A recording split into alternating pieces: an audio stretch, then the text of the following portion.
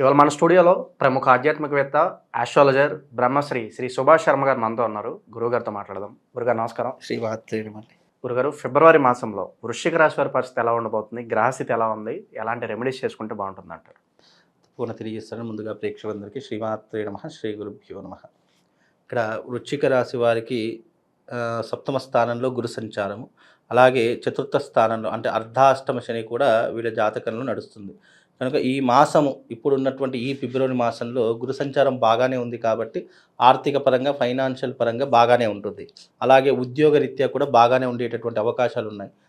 అర్ధాష్టమ శని ప్రభావం వల్ల నీలాప నిందలు పడడము, బంధువుల మధ్య విరోధం ఏర్పడము, అలాగే చెయ్యనటువంటి తప్పుకి కూడా శిక్ష అనుభవించడము, మాటలు పడడము, ఇలాంటివి ఎక్కువగా జరిగేటటువంటి అవకాశము ఈ యొక్క వృశ్చిక రాశి వారికి జరిగేటటువంటి లక్షణాలు ఏర్పడతాయి. కనుక ఈ మాసంలో కాస్త జాగ్రత్తగా ఉండేటటువంటి ప్రయత్నం చేయండి.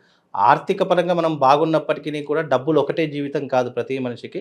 ఇది డబ్బుతో ముడిపడి ఉన్నటువంటి అంశాలు అనేక రకాలుగా ఉంటూ ఉంటాయి. డబ్బు ఉంటే జీవితం బాగుండాలి, జీవితం బాగుంటే మనస్పర్ధలు రాకూడదు, మనస్పర్ధలు రాకుండా ఉండడానికి మనం వీలైనంత వరకు జాగ్రత్తలు తీసుకోవాలి.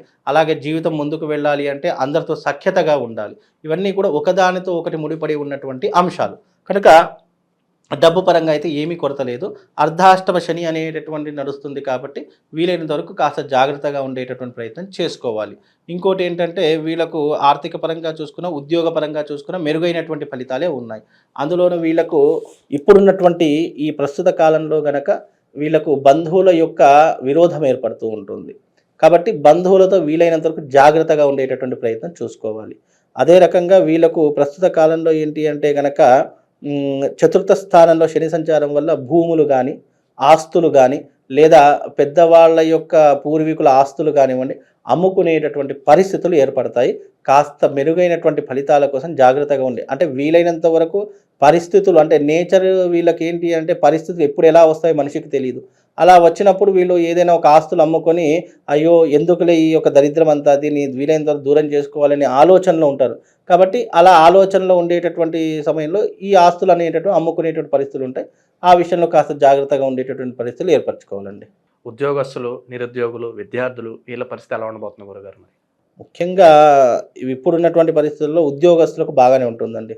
నిరుద్యోగులు ఎవరైతే ఉన్నారో వాళ్లకు ఉద్యోగ అవకాశాలు రావడం అనేటటువంటి కాస్త కష్టతరంగానే ఉంటుంది. ఎందుకంటే చతుర్థ స్థానంలో శని సంచారం, అందులోనూ వృశ్చిక రాశికి అధిపతి అయినటువంటి కుజుడు కూడా మిథున రాశిలో సంచరిస్తున్నాడు. మిథున రాశిలో సంచరించడం కారణం చేత వీళ్ళకు ప్రస్తుత కాలంలో ఏంటి అంటే గనక ఆశించినటువంటి ఫలితాలు అయితే అంత మెరుగ్గా ఉండకవు.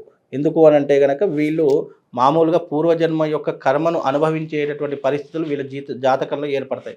కనుక వీలైనంత వరకు కాస్త జాగ్రత్తగా ఉండేటటువంటి ప్రయత్నం చేయండి. భగవంతుడి యొక్క దయ వల్ల మీరు చేసుకున్నటువంటి పుణ్యం వలన ఏదైనా అవకాశం దొరికితే మాత్రం తప్పకుండా వీళ్ళకు జీవితంలో ఉద్యోగ అవకాశాలు దొరుకుతాయి. చక్కగా వీళ్ళు అనుకున్నటువంటి పరిస్థితులను కూడా ఎదురుపరుచుకునేటటువంటి అవకాశాలు ఉంటాయండి. ఆరోగ్యపరంగా ఎలా ఉంటుంది గురుగారు? అలాగే ఆకస్మిక ధనలాభం ఏదన్నా ప్రాప్తి ఉందా వీళ్ళకి? వీళ్ళకి ఆకస్మిక ధనలాభం అయితే ఎప్పటికీ ఉంటుందండి. ఎందుకంటే గురు సంచారం గురువు అనేటటువంటి వాడు ఫైనాన్షియల్కి కారకుడు. కాబట్టి ఫైనాన్షియల్గా చూసుకుంటే వీళ్ళు చాలా మెరుగైనటువంటి ఫలితాలు ఉంటాయి.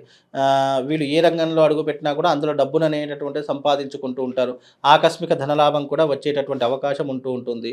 ముఖ్యంగా వీళ్ళకి ఏంటి అంటే కనుక ప్రస్తుత కాలంలో ఈ యొక్క ఉద్యోగ అవకాశాలు ఎవరికైతే ఉన్నాయో వాళ్ళు ఉద్యోగ అవకాశాలు దొరుకుతాయి. అందులో ఇబ్బంది ఏం లేదు. కాకపోతే ఏంటి అంటే కనుక వీళ్ళకు ఫైనాన్షియల్ ఏ రంగంలో పెట్టుబడులు పెట్టినా కూడా అందులో విజయం సాధించేటటువంటి అవకాశం వీళ్ళ జాతకంలో కనిపిస్తుందండి. ప్రేమికులకు ఏదైనా శుభవార్త ఉందా గురుగారు? ప్రేమికుల కంటే శుభవార్త అంటే ఏముంటుందండి? ముఖ్యంగా ఈ రాశి వాళ్ళు ఎలా ఉంటారంటే వృశ్చిక రాశి వారికి అధిపతి కుజుడు అవుతాడు. కాబట్టి ఎవరైతే ప్రేమ పెళ్ళిళ్ళు చేసుకుంటాడో వాళ్ళ దాంట్లో కోపము, ఆవేశము, అసూయ, అనుమానాలు ఎక్కువగా ఉంటాయి తప్ప అవి ఒకవేళ పెళ్లి చేసుకున్నా ఎక్కువ రోజులు నిలబడవు. ఎందుకంటే వృశ్చిక రాశి వారు ఎవరైతే ఉన్నారో వాళ్ళకి అనుమానాలు ఎక్కువగా ఉంటాయి. పిసినారిగా ఎక్కువగా ఉంటూ ఉంటారు. అంటే దేనికి ఖర్చు పెట్టాలో దానికి ఖర్చు పెట్టరు, అనవసరమైన దానికైతే ఖర్చు పెడుతూ ఉంటారు.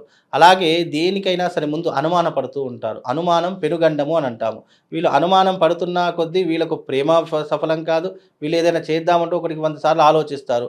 అందులోనూ ప్రేమ పెళ్ళిళ్ళు ఒకవేళ చేసుకున్నా కూడా నిలబడతాయి అనేటటువంటి ఆస్కారం అయితే వీళ్ళ జాతకంలో కనిపించడం లేదు. కనుక వీలైనంత వరకు వీళ్ళు ప్రేమ వివాహానికి దూరంగా ఉంటే చాలా మంచిదండి.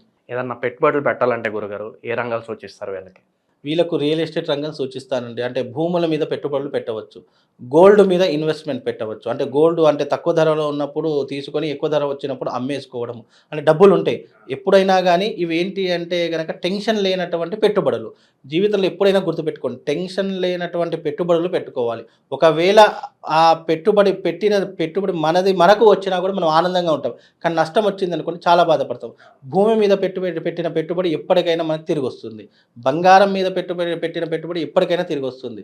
అలాగే రియల్ ఎస్టేట్ రంగము, బంగారము, అలాగే వీళ్ళకున్నటువంటి ఇప్పుడున్నటువంటి జనరేషన్‌లో గోల్డ్ ఫైనాన్స్ గాని, ఫైనాన్స్ బిజినెస్ కూడా కలిసొస్తుంది. ఎందుకంటే వీళ్ళకు రాష్ట్రాధిపతి కుజుడవుతాడు కాబట్టి వీళ్ళకి ఫైనాన్షియల్ బిజినెస్ కూడా కలిసొస్తుంది. కాబట్టి వీళ్ళు ఫైనాన్స్ బిజినెస్, గోల్డ్ బిజినెస్, ఈ రియల్ ఎస్టేట్ బిజినెస్ ఈ 3 బిజినెస్‌లు చేసుకోవచ్చండి. అనుకోని ప్రయాణాలు కావచ్చు, ఇంకా విదేశాలకు వెళ్ళాలనుకునే వారికి వాళ్ళ కల నెరవేరే ఆస్కారం ఏమైనా కనిపిస్తుందా గురుగారు ఈ మాసం మరి? విదేశాలకు వెళ్ళేటటువంటి యోగం అయితే చాలా పుష్కలంగా కనిపిస్తుంది. అలాగే అక్కడికి వెళ్లి స్థిరపడాలన్నా, అక్కడికి వెళ్లి ఉద్యోగం చేసుకోవాలన్నా చాలా అద్భుతమైనటువంటి అవకాశాలు వీళ్ళ కోసం ఎదురు చూస్తూ ఉంటాయి. కనుక మీరు వెళ్ళవచ్చు. చక్కగా అక్కడ మీరు ఆర్థిక పరంగా స్థిరపడేటటువంటి అవకాశాలు కూడా ఉన్నాయండి. ఇంకా మెరుగైన ఫలితాలు పొందడానికి గురుగారు వృశ్చిక రాశి వారికి ఏదన్నా మంచి రెమెడీస్ ఉంటే తెలియజేయండి. వృశ్చిక రాశి వారికి రాష్ట్రాధిపతి కుజుడు అవుతాడు కాబట్టి వీళ్ళకేంటి అంటే గనక అమ్మవారి యొక్క అనుగ్రహం చాలా అవసరము ప్రస్తుత కాలంలో. కనుక వీళ్ళు అమ్మవారి యొక్క సంబంధించినటువంటి దీపదుర్గ పూజ అని ఒకటి ఉంటుంది. దీపదుర్గ పూజ అనేటటువంటిది గనక ఈ వృశ్చిక రాశి వారు, అలాగే మేషరాశి వాళ్ళు ఇద్దరూ కూడా చేసుకోవాలి. ఎందుకంటే వృశ్చిక రాశి వారికి రాష్ట్రాధిపతి కుజుడు, మేషరాశి వారికి రాష్ట్రాధిపతి కుజుడే అవుతాడు. కనుక మేషరాశి వారు, వృశ్చిక రాశి ఈ 2 రాశుల వారు ఎవరైతే ఉన్నారో తప్పకుండా దీపదుర్గ పూజ అనేటటువంటిది ఒకటి ఉంటుంది. ఆ దీపదుర్గ పూజ అనేటటువంటిది చేసుకుంటే వీళ్ళ జీవితంలో చాలా అద్భుతమైనటువంటి యోగాలు ఉన్నాయి. అలాగే రాబోయేటటువంటిది వసంత పంచమి ఫిబ్రవరి 2వ తారీఖు. ఆ రోజున రాజశ్యామల యాగం జరుగుతుంది. వీలైతే నేను చేసేటటువంటి రాజశ్యామల యాగానికి మీరు రండి.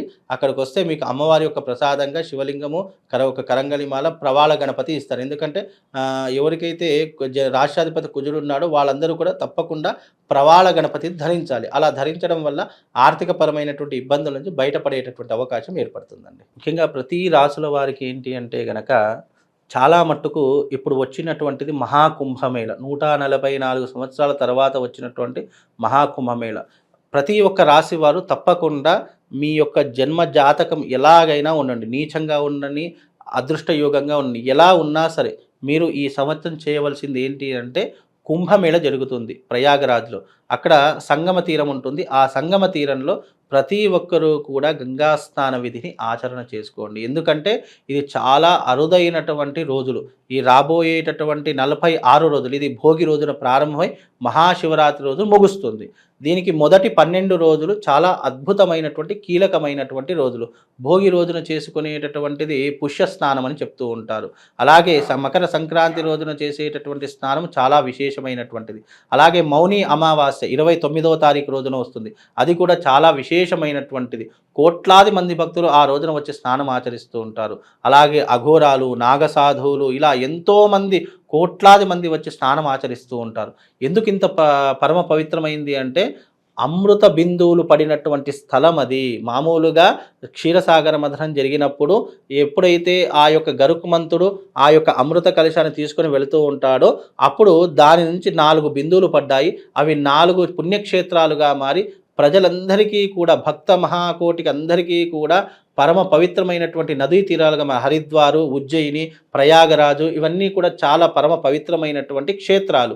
కాబట్టి ఇప్పుడు మనకు వచ్చినటువంటి ఈ యొక్క నదీ తీరంలో ప్రయాగరాజులో మహాకుంభమేళ ప్రారంభమైంది. కనుక అందరూ కూడా ప్రతి ఒక్క రాశి వారు వెళ్ళి అక్కడ స్నానం ఆచరించండి.